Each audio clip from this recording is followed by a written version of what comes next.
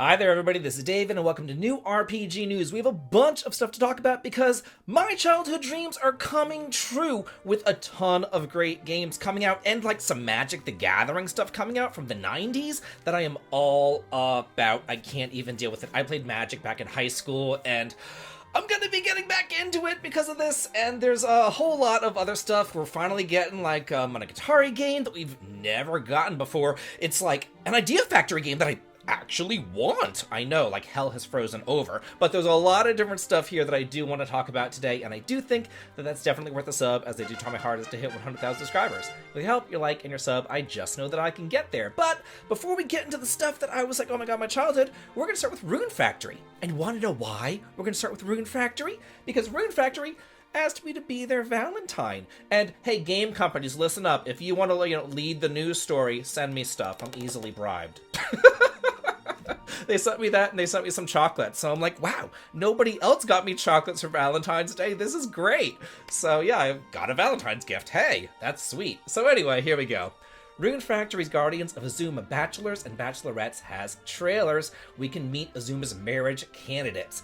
And looking at this, there are 8 bachelors and 8 bachelorettes. I, of course, am showing the bachelors because who cares about the bachelorettes? Duh. So one thing that I do want to know about this, and honestly, I really just should email Xseed and ask them, since they did just send me a Valentine, so I do have their email and I can totally ask them. But I'm looking in this trailer, and it is the female hero who is romancing the male bachelors. And I'm just wondering if it's locked behind that, because I do know that you can have a female or a male hero, and I would like to have a male hero along with male bachelors. But that's just me! So I would like to actually just know if it's locked behind that or not. But I just wanted to bring this up. It looks really cool. Got it for the Switch and the PC on May the 30th. I also did want to let you know that the Collector's Edition is available right now on Amazon, and I will include a link to this limited edition. It's $100, so it's a bit much, but it does have a woolly plush keychain, has an original soundtrack, it has the game and the outer box and all that kind of stuff, a 140-page art book, a Sacred Fan with display stand, so some of this is definitely going to be going on my back counter back there, and apparently it comes with some DLC. Festive Attire and Dark Woolly Bundle, Seasons of Love Bundle, Rune Factory 4 Outfit Bundle, and Useful Item Bundle. I'll be the judge of what is useful or not. I'm so glad I went ahead and I downloaded a trailer just to watch Pikachu walk back and forth and have nothing else going on. But anyway, Pokemon Presents is set for February the 27th, celebrating Pokemon Day this year. It's going to be at 6 a.m. Pacific Time or 9 a.m. Eastern Time, available on YouTube in either English or Japanese. I wonder what we're going to be getting. Probably more in the Legends series. Probably something about ZA. Maybe even a new Pokemon game. Maybe like, well, they can't do anything for Switch 2 because they're not going to talk about. Well, it is official Nintendo, so maybe, but I don't think that they would do anything for Switch 2. But yeah, because they said April 2nd for Switch 2 games. But who knows? It's Nintendo. They can break their own rules if they want to. So please excuse me while I queen out for a second, because two of my favorite things, Magic the Gathering and Final Fantasy, are coming together in one release date on June 13th of this year, and they're going to be releasing it here in Las Vegas. So something tells me that I'm going to drive myself down to the convention center and head on over there and grab some of these cards. I went into my closet and I pulled out my binders full of cards. You can see them. I've had these since the 90s. I have them organized from I have this black binder, so all my black cards are in the black binder. These are older cards. I think I started, this is Ice Age, Mind Warp and stuff, so I have, a lot of older stuff because I played it when I was in high school in the 90s. I got my blue cards over here. I just pulled out these two binders and stuff. I don't know. I love Magic. I love Magic. And now they're doing the whole Final Fantasy saga together. I have Clone right here. I have some Djinns. I have Air Elementals. I have all sorts of junk in here. So, yeah. For anybody who thinks, oh, no, he doesn't have, Magic cards. He's not doing this. I even have this little Ifrit that's, it was green, but it's actually a blue card right here. So, yeah. I have all sorts of different stuff in here. So yeah, diminishing returns from alliances. Still remember that one was a really good one. But anyway, so yeah, this is just my proof of, yeah, I actually played Magic. I did, I know. Far be it from me to do nerdy things, but here I am. So, the entire Final Fantasy saga is here. Yes, indeed. We have Cloud, Terra, Tidus, and someone I've never heard of, Y'shtola? I'm assuming that's from Final Fantasy XIV or Final Fantasy XI. I don't play the MMOs, it is what it is. But it also looks like some of these cards are, like, different. Like, a lot's changed since, 1996. So... So it just looks different, like Cecil Dark Knight, but you can flip it over to Cecil Paladin, or Redeemed Paladin, or whatever. Like, these are not the cards that I remember. I showed you the cards. Like, these are the cards that I remember.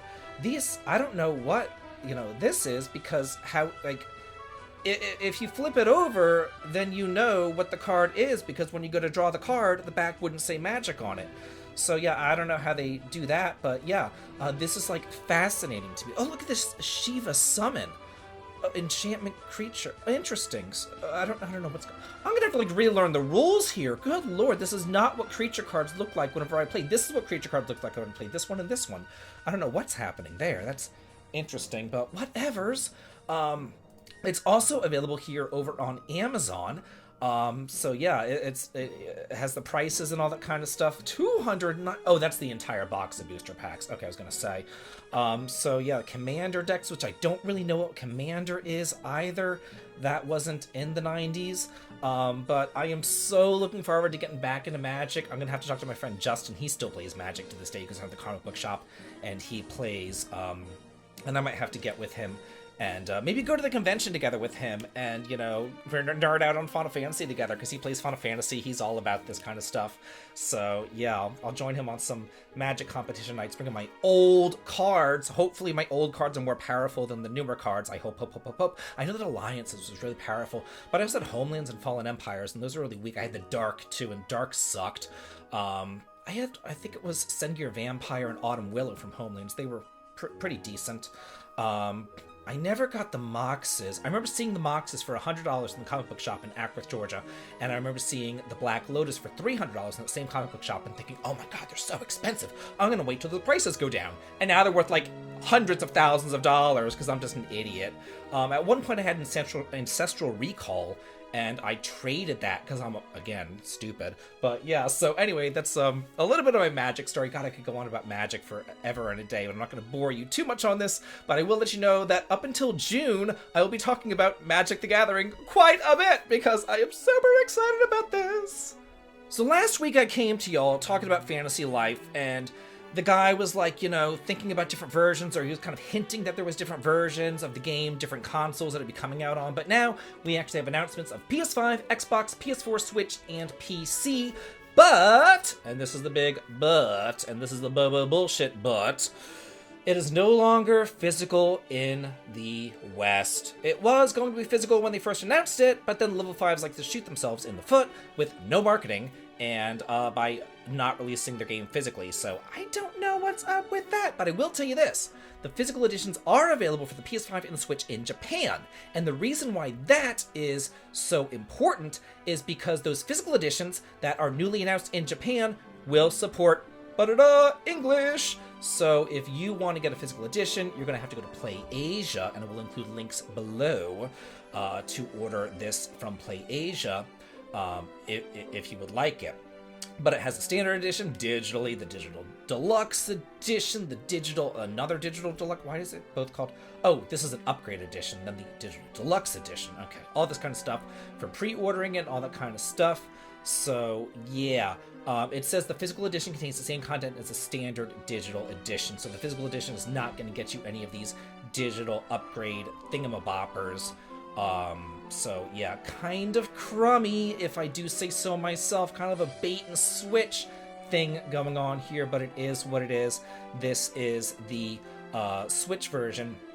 Again, I will include the links below if you do want to get it physically, like I do. We have some news about Atelier Sexy Librarian, or Atelier Pencil Skirt, or Atelier Biatch, as I like to call her, or like, that guy's hot. I'm sorry, he's freaking hot. He's not bad either, I must say. But anyway, we have new information about Atelier Yumiya. Okay, so here we go. It says players will follow her as she joins the Adelice research team in hopes to unravel the mysteries behind the cataclysm that destroyed the once great continent of God, he's hot. Fuck! Spearheaded by the order of Ustella and led by Erhard, the Adelice research team is an organization focused on investigating the fallen land of Adelice and is composed by researchers, adventurers, and mercenaries. Yumiya and her friends will be tasked to travel across the 3 regions of the continent to uncover the mysteries hidden in the ruins of the fallen Adelician Empire. Yumiya's journey will begin in the Lignius region, where the research team established its first base far from the Adelician capital. Yumiya will travel through the plains and forests that make up the landscape and discover research facilities abandoned by the alchemists of the time. Among the points of interest in the regions, players will visit the Arbor Botanical Garden and the 8th Laboratory before continuing their journey here. And it has some pictures and all sorts of other stuff. He's not bad either, although he looks evil. Although they have like a bandage, they have a bandana thing happening, and I don't want to get into bandana code, but they're really focusing in on that bandana right there. If you don't know what bandana code is, don't look. Oh, hello. Like I said, Atelier pencil skirt. They know what they are doing. Atelier booty. Atelier. Oh, she's fallen, but the boobs are still perky. So yeah, they know what they're doing there. Oh, hello. Oh, hello. Oh, he's so cute. He's so cute. Oh, he's so cute. Yeah. So, oh, good lord. Anyway, I'm going to stop. Oh, this is a great place to stop it at. The 100-line Last Defense Academy prologue demo for the PC is now available, and save data will carry over into the full game. What is wrong with her? Ugh! Put your tongue back into your mouth, you creep. Disgusting. It says a Switch demo is also planned for release soon. The prologue demo can be played for the prologue of to the 7th day out of 100 total days. So you get to play 7 total days. The company's also revealed that digital pre-orders for the game will include bonus original novel, the 100-line Last Defense Academy Former Lives of the SDU File 3 Hiroko. Why do they title these things this way? Ugh. Anyway, which was written under the supervision of the screenwriter. So anyway, this is coming out for the Switch and the PC on April the 24th worldwide. Like, I don't know, like, whatever happened to just, like, titling things, like, short and pithy to the point? You know, make it, like, roll off the tongue. They don't seem to subscribe to that theory whenever it comes to visual novels and also bonus original novels either. They can't always put out bad games. Sometimes they actually will put out something that I want. And today is that day. Madoka Monogatari, Fia and the Wondrous Academy is coming west in 2025. I've wanted to play these games ever since I first saw the one over on the SNES that we never did get here in America, though we did get Kirby's Avalanche, which was a Puyo Puyo game. They also got it on Sega, and I think it was called, like, Mr. Bean's Mean Bean Machine, or something. I don't know, I didn't have a Sega. I don't know, something like that. So yeah, this is a dungeon-crawling RPG coming for the PS5, PS4, and Switch. Sometime this year. It'll feature English and French subtitles, but with Japanese voiceovers. It has a standard and a limited edition on the Idea Factory International online store. Details on the limited edition will be announced on a later date. Here we go. The Ancient Magic Academy. An academy with long storied past known as the place where the great mage learned and graduated. Students study here to become mages themselves. A girl named Fia, wanting to enroll in the academy, makes the long, arduous journey from her hometown and manages to get in through her own luck. She now tries her best to get through the many challenges of schoolwork, strict professors, and mysterious happenings, all in pursuit of her goal to become a great mage herself, while also making friends with the other students in her class. Embark on an adventure with Fia and her classmates as they explore the mysteries of the Ancient Magic Academy and uncover the legends of the Great Mage. So yeah, super. Oh, look at the little slimes, the little Puyo Puyos. They're so freaking cute. They're so freaking cute. So yeah, if you don't know the history of this series, you should probably look it up because it's actually quite fascinating. And again, we never did get any of these in the West besides Kirby's Avalanche and the Mean Bean Machine thing over on Sega. Let's see, there's something else. Oh yeah, I have some more stuff about this that I'm going to talk about. This is the limited edition on Idea Factory's store right here. And it did say that more information will be released in the coming dates. There's literally nothing here. Everything that's here is just the article that I just read to you. There's no information about the limited edition at all. However, if you go over to Amazon, there is a regular standard edition of the game available on Amazon that I will include links below for pre-ordering for $50 right here. So yeah, do be on the lookout for that if you're like me and you're actually looking forward to this game. Scarlet Salvation for the PS5 and PS4 is coming west on May the 29th alongside a PC release, and it is available both physically and digitally. Okay, so I've just got to say, if Idea Factory can release unknown IPs and untested games, why can't Level 5 release physically Fantasy Life? A game that is beloved by many, many, many, many, many people, and they also said, they promised us, they said that they were going to release it, and then they just reneged on their promises, you know? So why, if Idea Factory can do it, why can't Level 5, you know? That's kind of like, really shitty behavior right there. Anyway, it says this is a science fiction roguelike third-person shooter. Okay, I don't even know why I'm talking about this, but anyway. I thought it was an RPG. The PlayStation version will be available both physically and digitally. When Willow Martin awakens with no memories in an unfamiliar room, she can't figure out how she got there. Without any semblance of who she is or where she came from, can she trust the AI who aids her, or is it her enemy? So begins her deadly battles against mechanical weapons in a bid to escape. But what truths lie at the end of this third-person shooter that I am now covering on RPG News? Now we have news of games that should just be cancelled, but they're getting delayed, hopefully to not look so frickin' ugly and janky and disgusting. This is Tales of the Shire, a Lord of the Rings game, has been delayed to July 29th and is no longer due out on March 25th. This thing got lambasted when they first showed the trailers, and I remember going over and looking at it and being like, ooh, it looks so freaking bad. Like, ugh, look at that, it's disgusting. Anyway, it's available for the PS5, Xbox, Switch, and PC via Steam. Here's the full message from the Weta Workshop on the delay. Dear fellow hobbits, a good hobbit feast takes time, and so does Tales of the Shire. We're taking a little longer to ensure that every hobbit on every platform can enjoy the same cozy experience. The game will now launch on July 29th, 2025. We want this game to feel like a warm hug from Middle Earth, and we're making sure that no matter where you play, you'll feel right at home in the Shire. From foot hairstyles, gross, to the fluffiest cakes, every detail will be just right. I can't imagine they're gonna have like a character designer, and it's gonna like zoom in on the foot and be like, what hairy foot style do you want? Do you want braids in your foot hair? Do you want like pigtails in your foot hair? Like, how would you like, do you want to like paint the foot hair? Like, disgusting. Ooh. We appreciate your patience and cannot wait for you to experience life with the Shire this summer. In the meantime, arrange the table, polish your silver, and get ready for a feast fit for a hobbit, or get ready for me to not play your game, because no. Relic Entertainment announced its turn-based strategy game Earth vs. Mars for the PC. It is due out this summer. It says that this is the first smaller-scale indie-style game from their new initiative called Relics Labs, which will differ from traditional, bigger real-time strategy games. So this initiative will allow the studio to explore new subgenres, experiment, and release games more frequently. So this looks very like Front Mission, I guess, but it's kind of cool. It also looks like Famicom Wars, you know, I think it's, what was it called? It was called like the Game Boy Wars or something. I think it was just called Famicom Wars. Anyway, it says in this turn-based strategy game, and unlike Advance Wars! Advance Wars. It's coming to me. I'm 42, I'm almost 43, and things come out of my head. It's in this turn-based strategy game, an unlikely group of commanders will lead Earth's military as they face overwhelming Martian invasions, fight high-tech saucers, grav tanks, and elite alien warriors in a battle for the planet's survival. Your secret weapon is the Splicotron. With it, you can combine human volunteers with Earth creatures to create powerful hybrid super soldiers to fight alongside Earth's regular military. Rain acid, don't you mean... Oh, I see. I thought it was going to like, don't you mean acid rain? Okay, rain acid from the skies with the fast-moving cheetah fly. Charge through enemy lines with devastating human rhino hybrids, or strike from the forest with your deadly squirrel cow infantry.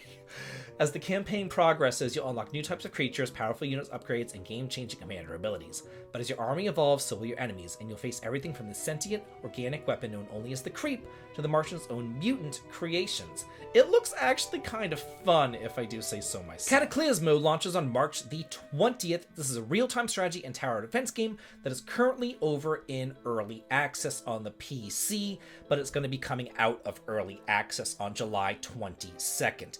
It says, since launch, Digital Sun has released over a dozen updates, both major and minor, including new biomes, skirmish maps, and sandbox mode, a veterancy,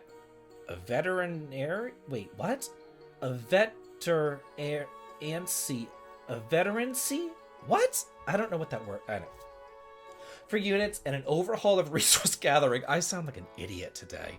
I promise you I'm very smart. I have a college degree. Fate Reawakened launches on March the 12th. This is an action RPG collection, and it has a release date.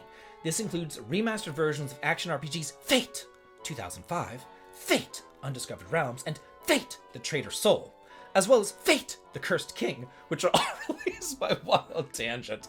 Okay, it says, reawaken the critically acclaimed Fate games like never before. Play all 4 classic dungeon crawler titles with enhanced graphics as you battle through challenging procedurally generated dungeons, learn powerful spells, and fish to your heart's content. Are you up to the task? Your fate awaits! Revisit the quaint town of Grove in the realms beyond as you prepare to enter the Dungeon Gate once again. The award-winning Fate series has gotten a modern facelift while remaining true to the nostalgic dungeon crawler classic. Will you tempt fate on your journey to fame and fortune? Yes, indeed. I've never said yes so fast to anything in my life. We have a 2D action RPG based upon the Samurai Pizza Cats Blast from the Past, announced for all major platforms, due out next year. This was right up my alley. Again, I said I didn't watch a whole lot of anime and things like that, but this was a cartoon in the 90s. I didn't even know that it was anime to me. It was just a cartoon on the TV, so I just watched it, you know what I mean? So yeah, it says all major platforms, including the PC and Steam. That's right, folks. After more than 30 years, the Samurai Pizza Cats finally return. The Big Cheese has an evil scheme up his sleeve, and it's up to you, the player, to stop him from taking over Little Tokyo. The show first aired in Japan on February the 1st, 1990. I was 8 years old in 1990. I was still watching cartoons. It's a science fiction action comedy show set in Rhodopolis, a city inhabited by anthropomorphic robotic animals. The series gained international recognition in the early 1990s when it was localized as Samurai Pizza Cats and broadcast worldwide and has maintained dedicated fan bases to this day. Designed as a 2D action RPG, the game allows players to seamlessly switch between members of the Pizza Cats, utilize their unique abilities to solve puzzles, and engage in thrilling battles within the world of Little Tokyo. How cool is that? This looks like so much frickin' fun. I cannot wait to play this. I remember I would watch this, and I would watch like Teenage Mutant Ninja Turtles. They came on around the same time. We've hit the visual novels, folks. You know what that means. We're nearing the end of the RPG news. This one is called Visual Novel X Pachinko Game Jump the Track. Has been announced for the PC, due out sometime next year. Okay. You're Sam, a young dreamer struggling in the gig economy. However, tonight may change everything. In this absurd comedy, fight your inner battles, rally your forces, and get ready to overthrow your system. Meet Sam, a slacker too ambitious for his own good. I don't know what that means, because if you're a slacker, you're not ambitious. But if you're ambitious, you're not a slacker. But anyway, whatever. We don't need oxymorons in really bad visual novel descriptions. His life suddenly takes an absurd turn into the hectic and dangerous adventure that defies all odds. It's a matter of life or death. Can Sam find a way out? Jump the Track is an explosive comedy that blends visual novel with pachinko. Sam struggles with the inner turmoil and conflicting emotions, and you have the power to guide fate, or roll the ball and see where the story takes you. And in our final story of the day, we have another visual novel, Air. Hey, it's short, pithy, and to the point. I like the titling system. Finally, somebody's listening to me. Air is coming to Steam in English on March the 5th. It's featuring the side story novel First Sky chapter in visual novel format. Apparently this was like a really famous game that first launched in 2000 in Japan. It was ported over the Dreamcast, the PS2 telephones, PSP, iOS, Android, the Vita, and the Switch. But we never got any of those ports, so a lot of people seem to really like this novel. It says, while unofficial translation patches have been released by fans, the Steam version marks the first ever official English release. Air is the work from the visual novel studio Key, known for titles such as Clannad, Little Busters, Summer Pockets, and more.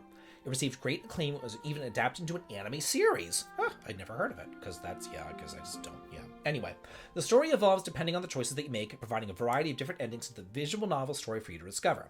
It also includes Air's side story novel, first guide chapter, and visual novel format, featuring retouched high-definition visuals and CG coloring. This version not only offers the best high-definition quality to date, but the game's CG coloring has also been adjusted to better complement LED display colors. Enjoy the experience with beautiful graphics.